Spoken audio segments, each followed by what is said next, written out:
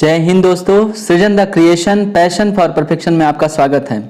हम लोग business studies की बोर्ड एग्जामिनेशन की स्पेशल सीरीज को डिस्कस कर रहे हैं।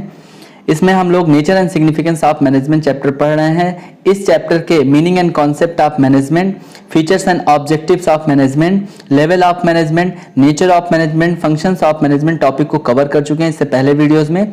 उन सभी वीडियोस को देख के सिस्टमैटिकली और क्वालिटेटिव अपनी बेस्ट लेवल की प्रिपरेशन और परफॉर्मेंस आप इंश्योर कर सकते हैं। आज हम लोग coordination the essence of management topic को डिस्कस करने चल रहे हैं। कोऑर्डिनेशन की अगर हम बात करें, कोऑर्डिनेशन से पहले आप एक टर्म सुन रखे होंगे, कोऑपरेशन।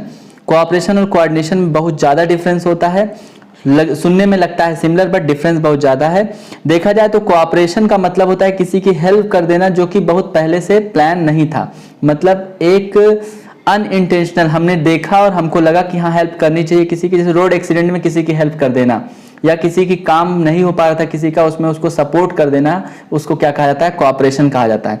लेकिन यहाँ पे कोऑपरेशन से डिफरेंट है कोऑर्डिनेशन। कोऑर्डिनेशन एक डेलिब्रेट फंक्शन है, मतलब सोचा समझा हुआ या प्लान किया हुआ काम है जो पहले से किसी भी ऑर्गेनाइजेशन या किसी भी टारगेट या गोल्स को अचीव करने का जो प्रोसेस होता है उसमें इन्वॉल्व होता है। तो कोऑर्डिनेशन एक ऐसा फोर्स है जो हमारे सारे एक्शंस, सारे डिपार्टमेंट के एक्शंस को यूनाइट करता है। मतलब अगर देखा जाए तो बिजनेस में जो मैनेजमेंट होता है वो बहुत सारे डिपार्टमेंट वर्क करते हैं और बहुत सारे फंक्शंस वर्क किया जाता है। तो कई सारे फंक्शंस को का टारगेट जो होता है वो एक ही होता है। तो सभी फंक्शंस का जो टारगेट एक होता है उसको यूनाइट करने के प्रोसीजर को यहाँ पे कोऑर्डिनेशन कहा जाता है। जैसे मैं एक एग्जांपल ले रहा हूँ, एग्जांपल से आप बहुत आसानी से बात को समझ जाएंगे। फॉर एग्जांपल, अगर हमने कहा कि 10,000 बाइक हमको ऑर्डर करने के लिए मिला। एक डिपार्टमेंट टायर बनाता है, एक डिपार्टमेंट इंजन बनाता है, एक डिपार्टमेंट उसकी पूरी चेसिस यानी बॉडी बनाता है।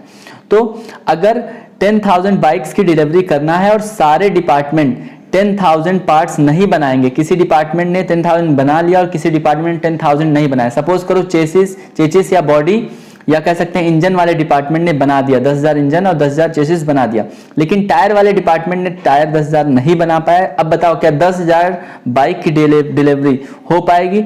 नहीं हो पाएगी। क्यों? क्योंकि सारे डिपार्टमेंट के बीच में कोऑर्डिनेशन नहीं रहा, वो एक टारगेट को लेकर यूनाइट नहीं थे। तो देखो यहाँ पे अगर हम बात करें, मीनिंग यहाँ पे लिखा हुआ है, मीनिंग ऑफ कोऑर्डिनेशन यहाँ पे आप पढ़ रहे होंगे। Coordination brings unity of action and integrate different activities of organisation. Coordination is considered as essence of management because of following reasons. Coordination को हमने यहाँ पे लिख भी रखा हुआ है। कोऑर्डिनेशन को क्या कहा जाता है? एसेंस ऑफ मैनेजमेंट कहा जाता है। ये सभी लेवल और सभी फंक्शंस के लिए इंपॉर्टेंट होता है। ध्यान रखना, कोऑर्डिनेशन एक फंक्शन ऑफ मैनेजमेंट नहीं है। क्वेश्चन कभी कभी आता है क्या ये फंक्शन ऑफ मैनेजमेंट? नहीं, फंक्शन नहीं, एसेंस ऑफ मैनेजमेंट है। एक तरह से आप कोऑर्डिनेशन को ऐसे देख सकते हैं, सिंक्रोनाइजेशन का प्रोसेस।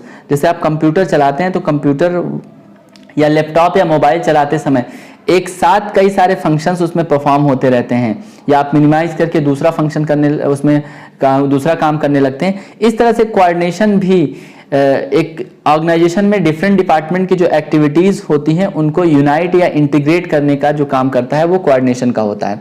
तो क्यों कोऑर्डिनेशन जरूरी है, इसके लिए 3 पॉइंट यहाँ पे मेंशन किया गया है। कोऑर्डिनेशन कह रहा है कि ऑल फंक्शंस के लिए रिक्वायर्ड है या नीड है, उसकी हर फंक्शन में रिक्वायरमेंट होती है। यहाँ पे लिखा हुआ प्लानिंग से लेके कंट्रोलिंग तक कोऑर्डिनेशन की जरूरत होती है। और देखा जाए तो ऑर्गेनाइजेशनल स्ट्रक्चर, सेकंड पॉइंट लिखा है, based on plans then organisational structure is develop. Coordination की वजह से ही ऑर्गेनाइजेशनल स्ट्रक्चर को डेवलप किया जाता है और उसको फॉलो किया जाता है। अब किसी भी फंक्शन को, चाहे वो प्लानिंग हो, चाहे ऑर्गेनाइजिंग हो, चाहे स्टाफिंग हो, चाहे डायरेक्टिंग हो, चाहे कंट्रोलिंग हो, सभी में कोऑर्डिनेशन की रिक्वायरमेंट होती है। फिर सेकंड पॉइंट की अगर हम लोग बात करें तो coordination is required at all levels. All levels मतलब टॉप लेवल, मिडिल लेवल और लोअर लेवल, तीनों लेवल को कोऑर्डिनेशन की जरूरत होती है। फिर coordination is the most important function of an organisation, क्योंकि जब दो डिपार्टमेंट या दो ब्रांच के बीच में आपस में अगर डिस्प्यूट हो जाएगा या डिस्क्रिमिनेशन हो जाएगा, कंट्रोवर्सी आ जाएगी, तो कोई भी टारगेट जो ऑर्गेनाइजेशन के लिए बनाया गया है वो अचीव करने में हेल्प नहीं मिलेगी तो कोऑर्डिनेशन किसी भी ऑर्गेनाइजेशन गोल को अचीव करने में हेल्प करता है। ये ग्राफ ये इंपॉर्टेंट, बहुत इंपॉर्टेंट है, इसको आपको याद रखना जरूरी है कि प्लानिंग, ऑर्गेनाइजिंग, स्टाफिंग, डायरेक्टिंग और कंट्रोलिंग, इन सभी चीजों में कोऑर्डिनेशन की रिक्वायरमेंट होती है और सबका एक पाइवोट है। पाइवोट का मतलब एक धुरी की तरह काम करता है, इसी के चारों तरफ सारे फंक्शंस रोटेट करते रहते हैं।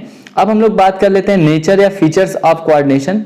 आइए nature and features of coordination को देखते हैं। देखिए सबसे पहले अगर नेचर एंड फीचर्स की बात करें, क्या करता है कोऑर्डिनेशन? Integrates group efforts. बस सिस्टमैटिकली आप जो बातें मैं बता रहा हूं उसको सुनिए। ग्रुप एफर्ट्स को मतलब हर डिपार्टमेंट में अलग अलग ग्रुप होते हैं, उन ग्रुप एफर्ट्स को इंटीग्रेट करने का काम, यूनाइट करने का काम ये करता है। इंश्योर यूनिटी, यूनिटी का मतलब होता है टीम वर्क को इंश्योर करता है कि किसी एक स्पेसिफिक टारगेट के लिए सभी डिपार्टमेंट, सभी ग्रुप, सभी इंप्लॉयज, सभी पर्सनल मिलकर काम कर रहे हैं। फिर क्या करता है? कंटिन्यूअस प्रोसेस है, लंबे समय तक कोऑर्डिनेशन काम करता है, चूंकि प्लानिंग पे भी जरूरी है कोऑर्डिनेशन, ऑर्गेनाइजिंग में भी, स्टाफिंग में भी, कंट्रोलिंग में भी और डायरेक्टिंग में भी। फिर परवेसिव, हर ऑर्गेनाइजेशन चाहे छोटा ऑर्गेनाइजेशन हो चाहे यूनिवर्सल है, सभी ऑर्गेनाइजेशन छोटे बड़े, profit making, non profit making, सभी टाइप ऑफ ऑर्गेनाइजेशन के लिए कोऑर्डिनेशन इसेंशियल है। फिर रिस्पॉन्सिबिलिटी ऑफ ऑल मैनेजर, सभी मैनेजर को एक दूसरे के साथ कोऑर्डिनेट करना जरूरी है। फिर एक डेलिब्रेट फंक्शन है। डेलिब्रेट फंक्शन का मतलब होता है कि ये एक प्लान या माइंडफुल फंक्शन है, माइंडफुली इसको ऑपरेट किया जाता है, माइंडफुली कोऑर्डिनेशन को इंश्योर किया जाता है। फिर इंपॉर्टेंस ऑफ कोऑर्डिनेशन या नीड ऑफ कोऑर्डिनेशन की बात कर लेते हैं। जैसे जैसे बड़े बिजनेस ऑर्गेनाइजेशन आ रहे, ग्रोथ इन साइज, जब बड़े बिजनेस ऑर्गेनाइजेशन होंगे तो डिपार्टमेंट भी ज्यादा होंगे, ज्यादा ब्रांचेज होंगी, ज्यादा इंप्लॉइज होंगे, ज्यादा ग्रुप ऑफ इंप्लॉइज होंगे। तो ज्यादा डिपार्टमेंट्स, कई सारे ग्रुप ऑफ इंप्लॉइज को आपस में मिलके एक टारगेट को अचीव करने के लिए नीड पड़ेगी, जरूरत पड़ेगी कि उनको मिलके एक साथ काम करें ताकि ऑर्गेनाइजेशन के गोल को अचीव कर सकें। तो जैसे जैसे बिजनेस ऑर्गेनाइजेशन का साइज बढ़ता है वैसे वैसे डिपार्टमेंट, नंबर ऑफ डिपार्टमेंट या number of group of employees बढ़ता है। तो सभी ग्रुप या सभी डिपार्टमेंट में यूनिटी रहे, इंटीग्रेशन रहे एक्शन को लेके कि वो एक किसी स्पेसिफिक ऑर्गेनाइजेशनल गोल को अचीव करने के लिए काम कर रहे हैं। इस चीज को इंश्योर करने के लिए कोऑर्डिनेशन क्या है? जरूरी है। फिर अगर हम लोग बात करें कि कोऑर्डिनेशन की और कहां, फंक्शनल डिफरेंशिएशन। फंक्शनल डिफरेंशिएशन का मतलब हो जाता है कि डिफरेंट ऑर्गेनाइजेशन अब on the basis of function departmentalisation या डिवीजन बनाया जाता है।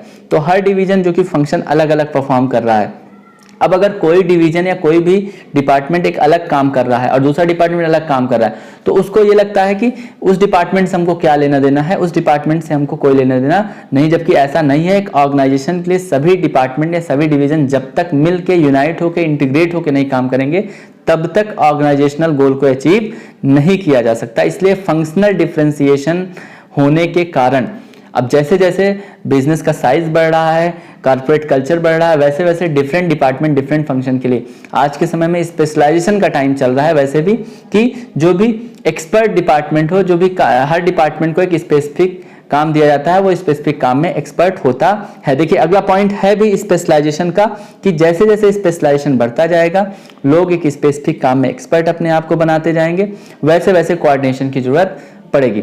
अब अगर हम बात करें, एक ऑर्गेनाइजेशन में क्वालिटी का कोई एक्सपर्ट है, क्वालिटी मैनेजर है, फिर एक सप्लाई मैनेजर है, फिर एक ह्यूमन रिसोर्स मैनेजर है। अगर ह्यूमन रिसोर्स मैनेजर नए एम्प्लॉयज का सिलेक्शन नहीं करेगा, क्वालिटी मैनेजर क्वालिटी को इंश्योर नहीं करेगा, supply manager proper supply of raw materials नहीं इंश्योर करेगा, तो क्या इनके को बिना कोऑर्डिनेशन के कोई भी ऑर्गेनाइजेशनल गोल को अचीव किया जा सकता है? नहीं अचीव किया जा सकता। इस वजह से ये कोऑर्डिनेशन हर लेवल पे, हर मैनेजमेंट के फंक्शन पे इंपॉर्टेंट या इसेंशियल हो जाता है। इसलिए कोऑर्डिनेशन क्या है? मैनेजमेंट का एक इसेंस पार्ट है, as a essence of management इसको देखा। तो इंपॉर्टेंस ऑफ कोऑर्डिनेशन में आप ग्रोथ इन साइज होने के साथ इसकी इंपॉर्टेंस बढ़ रही है, फंक्शनल डिफरेंशिएशन होने के कारण इसकी इंपॉर्टेंस बढ़ रही है, स्पेशलाइजेशन आने की वजह से इसकी इंपॉर्टेंस बढ़ रही है।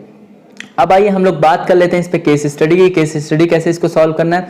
देखिए यहाँ पे केस स्टडी में लिखा हुआ था, management of Emira Limited strongly believes that the member of the organization should work towards fulfill the common organizational goal. Common organizational goal मतलब पूरे business organization का जो goal हो। This requires teamwork की जरूरत होती है, integration of effort of individual departments and specialists. This is because all the individuals and departments depend on each other, क्योंकि सभी एक दूसरे पे डिपेंड होते हैं। And resources to perform their respective activities. Managers need to reconcile differences in approach, timing, effort और interest. इन सभी चीज में डिफरेंस होने की वजह से मैनेजर्स को जरूरत होता है कि उनको रिकंसाइल करें, क्योंकि सबका क्या है, अलग अप्रोच है, अलग टाइमिंग है, अलग एफर्ट है, अलग इंटरेस्ट है, तो इनको यूनाइट करने की नीड होती है, इनको रिकंसाइल करने की जरूरत होती है. At the same time it should enable all its member to grow and develop. सभी मेंबर्स को ग्रो और डेवलप करने के लिए इनेबल करता है. Thus there is a need to harmonize individual goals and organizational goals. Individual goals and मतलब हमारा पर्सनल गोल. ध्यान रखना आप, जब भी किसी बिजनेस ऑर्गेनाइजेशन कोई बड़ा टारगेट अचीव करता है, बड़े बिजनेस ऑर्गेनाइजेशंस हैं, तो वहां पे सभी इंडिविजुअल्स को अगर रियलाइज हो जाए कि उनका इंडिविजुअल टारगेट जो है, जो इंडिविजुअल इंटरेस्ट है, वो ऑर्गेनाइजेशनल इंटरेस्ट से एसोसिएटेड है, जुड़ा हुआ है. कहने का मतलब जब बिजनेस ऑर्गेनाइजेशन अच्छा प्रॉफिट कमाएगा तो हमको अच्छी सैलरी, अच्छा बोनस, अच्छी इंसेंटिव मिलेगी. अगर इस बात को हम रियलाइज करा देते हैं हर एक एम्प्लॉयज में, तो अच्छे से कोऑर्डिनेट करेगा और बिजनेस ऑर्गेनाइजेशन के जो भी टारगेट, गोल्स या ऑब्जेक्टिव्स होंगे उनको अचीव कर सकते हैं. क्वेश्चन कह रहा है यहाँ पे, state the concept of management discuss above. किस कॉन्सेप्ट? तो आप सीधी सी बात है, यहाँ पे मतलब यूनिटी इन एफर्ट्स की बात की जा रही है, इंटीग्रेशन ऑफ एफर्ट्स की बात की जा रही है, reconcile to their approach, timing, efforts and interest की बात की जा रही है, harmonise of individual goals and organisational goals की बात की जा रही है. इसलिए इसको क्या कहा जा सकता है? कोऑर्डिनेशन कहा जा सकता है एज एसेंस ऑफ मैनेजमेंट. कह रहा है state any 3 features of the concept identified in above para. 3 features की बात यहाँ पे कर रहा. तो 3 फीचर्स में it unites individual efforts, integrate group efforts, ensure unity of efforts, continuous है, परवेसिव है, रिस्पॉन्सिबिलिटी ऑफ ऑल मैनेजर्स है, डेलिब्रेट फंक्शन है. ये क्या है? इसके फीचर्स हैं. इस तरीके से आप कॉन्सेप्ट्स की मीनिंग को अंडरस्टैंड करके उसको अप्लाई करना और उसको एनालाइज करना, दोनों चीजें आप सीख सकते हैं. तो आपने सभी टॉपिक इस चैप्टर के nature and significance of management के सभी टॉपिक लगभग हमने कवर करा दिए. इसके वीडियो प्लेलिस्ट में आप जाके देख सकते हैं. अब मैं इस पे एक वीडियो समराइज में कम से कम टाइम में 15 to 20 मिनट्स में सारे कॉन्सेप्ट्स को बहुत जल्दी से और तेजी से रिवाइज करने की कोशिश करूंगा. उसका भी एक वीडियो आपको अवेलेबल कराऊं. तो आप हमारे चैनल से जुड़े रहें, अपडेटेड होते रहें और सारे वीडियोस को पूरी तरीके से माइंडफुली देखते रहें और ज़्यादा से ज़्यादा शेयर करें, सब्सक्राइब करें, लाइक करें. अपनी क्वेरीज या अपने डाउट्स को कमेंट भी कर सकते हैं. Thank you so much.